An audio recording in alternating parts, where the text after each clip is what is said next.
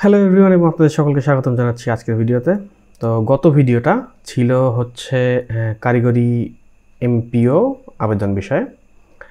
তো ওই ভিডিওতে আমি বলেছিলাম যে কারিগরি শিক্ষা অধিদপ্তর, মাউসি মাধ্যমিক ও উচ্চশিক্ষা অধিদপ্তর এবং মাদ্রাসা শিক্ষা অধিদপ্তর তিনটার যে আলাদা আলাদা তিন অধিদপ্তরের যে এমপিও আবেদন আছে, এইগুলা কিন্তু মানে তিন ধরনের নির্দেশনা আছে, কিন্তু বেশিরভাগ রিকোয়ারমেন্টগুলা একই।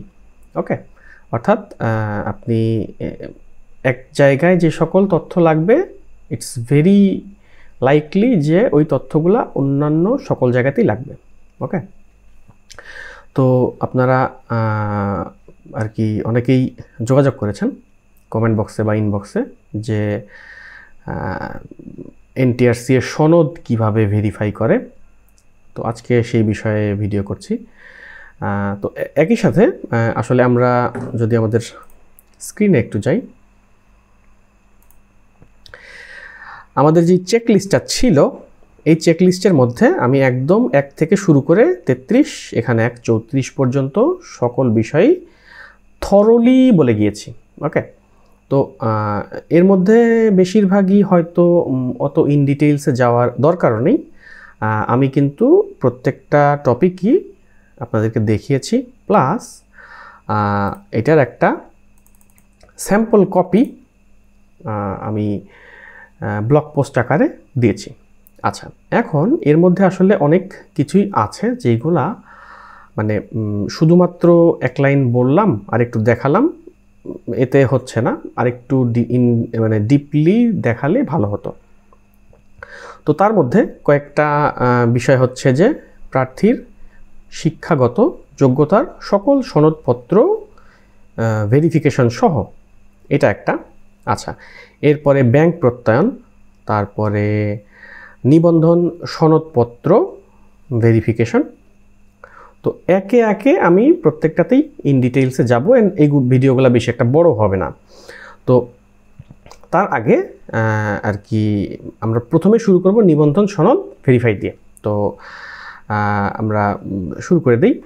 গত ভিডিও এর বা কারিগরি এমপিও চেকলিস্টের সিরিয়াল নাম্বার 17 নিবন্ধন সনদপত্র শিক্ষকের ক্ষেত্রে সংশ্লিষ্ট কর্তৃপক্ষ কর্তৃক ভেরিফিকেশন সহ। যদিও এখানে সংশ্লিষ্ট কর্তৃপক্ষ লেখা আছে, এটা তো আসলে এনটিআরসিই দেবে, রাইট? এনটিআরসিই মানে একমাত্র প্রতিষ্ঠান। ভেরিফাইড সনদের ফটোকপি প্রতিষ্ঠান প্রধান কর্তৃক অবশ্যই সত্যায়িত হতে হবে। ওয়েল, ভেরিফাইড সনদের ফটোকপি পাইতে হলে আমাদেরকে আগে ভেরিফাইড সনদটা পাইতে হবে, রাইট? তো এই বিষয়ের নির্দেশনা পাওয়ার জন্য আমাদেরকে যেতে হবে এনটিআরসির ওয়েবসাইটে, যেটা আমি অলরেডি খুলে রেখেছি। আমি এনটিআরসি ওয়েবসাইটে যাওয়ার পরে যদি আমি একটু নিচে আসি, তাহলে প্রত্যয়নপত্র যাচাই সংক্রান্ত সার্টিফিকেট ভেরিফিকেশন যে মেনুটা আছে, এইখানে আমরা একে একে আসতেছি।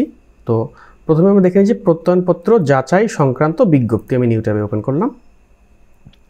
তো এইখানে যেটা বলা আছে, এত দ্বারা সংশ্লিষ্ট সকলের অবগতির জন্য নির্দেশক্রমে জানানো যাচ্ছে যে এনটিআরসিতে বিদ্যমান সেবাসমূহ সহজীকরণের অংশ হিসাবে নিবন্ধনধারী শিক্ষকগণের নিবন্ধন প্রত্যয়নপত্র যাচাইয়ের আবেদন এর স্মারক নম্বর এত অনুযায়ী অনলাইনে গ্রহণ করা হয়।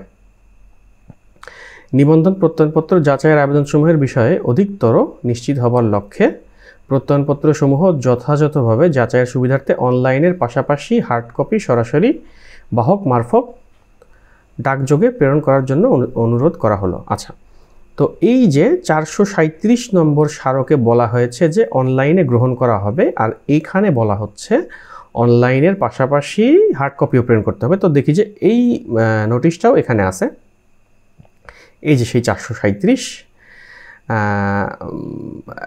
এত দ্বারা সংশ্লিষ্ট সকলের সদয় অবগতির জন্য জানানো যাচ্ছে যে এনটিআরসি এর বিদ্যমান সেবাসমূহ সহজীকরণের অংশ হিসেবে নিবন্ধন সনদ যাচাই অনলাইনে গ্রহণ করা হচ্ছে।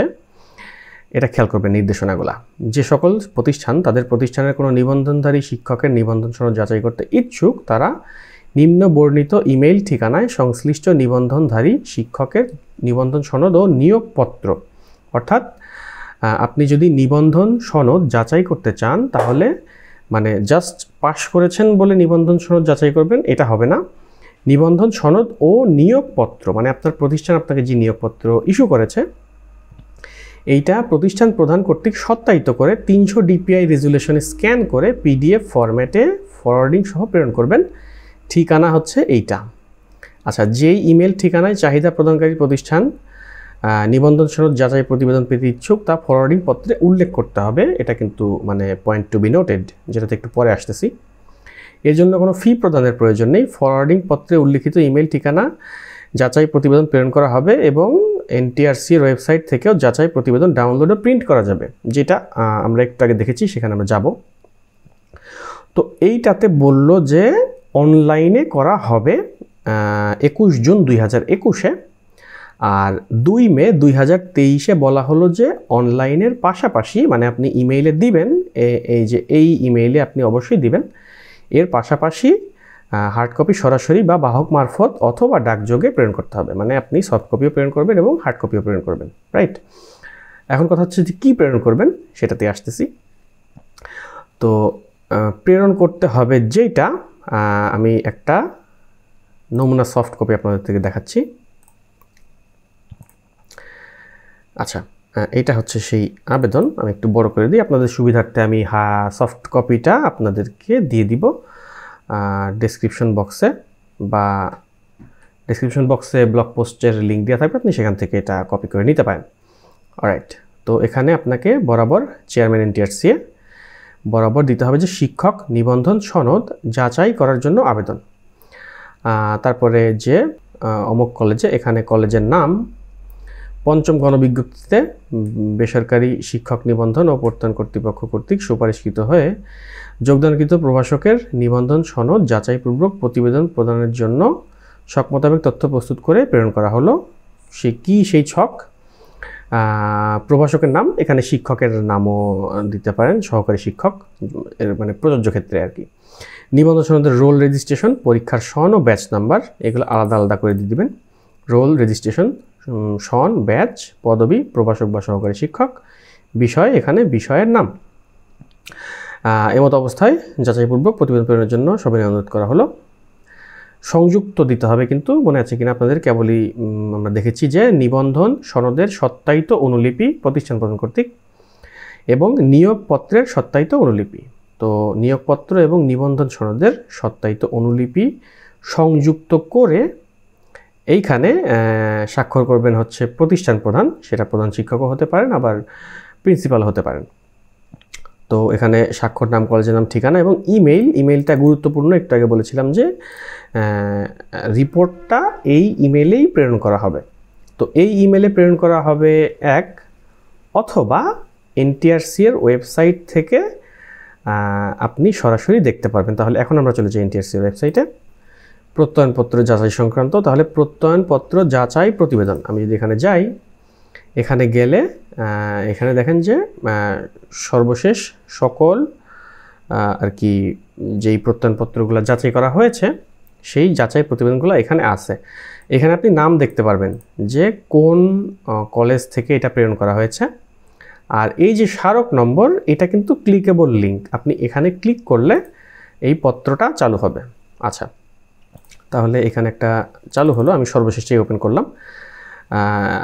এইরকম একটা চিঠি পাওয়া যাবে যে বিষয় শিক্ষক নিবন্ধন সনদ যাচাই, সূত্র তার কার্যালয়ের এত সংখ্যক স্মারক। আচ্ছা, কার কার্যালয়ের?